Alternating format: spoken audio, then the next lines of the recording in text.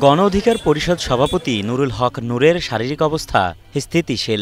ধীরে ধীরে উন্নতি হচ্ছে স্বাস্থ্যের, তবে বাসায় ফিরতে লাগতে পারে আরও সপ্তাহখানেক।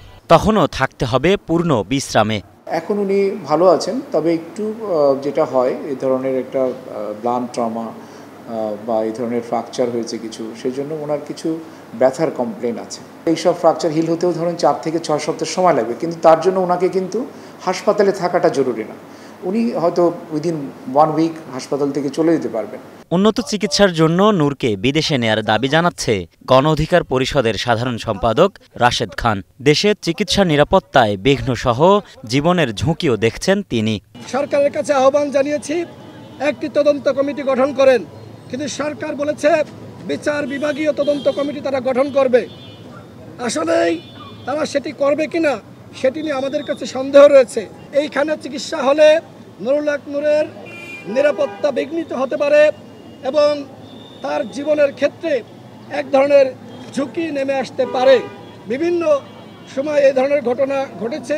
এদিকে নূরকে দেখতে এসে বিএনপির সিনিয়র যুগ্ম মহাসচিব রুহুল কবির রিজভী বলেন, এর আগে নূরের উপর 22 বার হামলা হলেও এত গুরুতর ছিল না কখনো।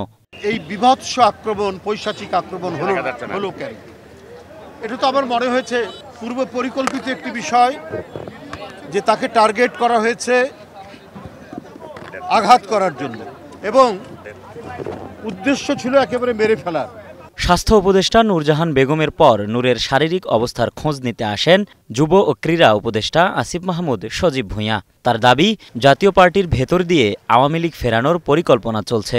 জাতীয় পার্টি হচ্ছে একদম সুনির্দিষ্ট এবং চিহ্নিত ফ্যাসিবাদী। আমরা দেখেছি বিগত সময়ে কিভাবে আওয়ামী লীগের এই ফ্যাসিবাদী সংসদকে বারবার বৈধতা দিয়েছে জাতীয় পার্টি। সরকারের দিক থেকেও এই ধরনের কার্যক্রমকে আর বরদাস্ত করা হবে না। এ বিষয়ে সরকার ইতিমধ্যেই উদ্যোগ নিয়েছে একটি শক্তিশালী তদন্ত কমিটি করার মাধ্যমে যারা যারা এর সাথে জড়িত তাদেরকে শাস্তির আওতায় নিয়ে আসার।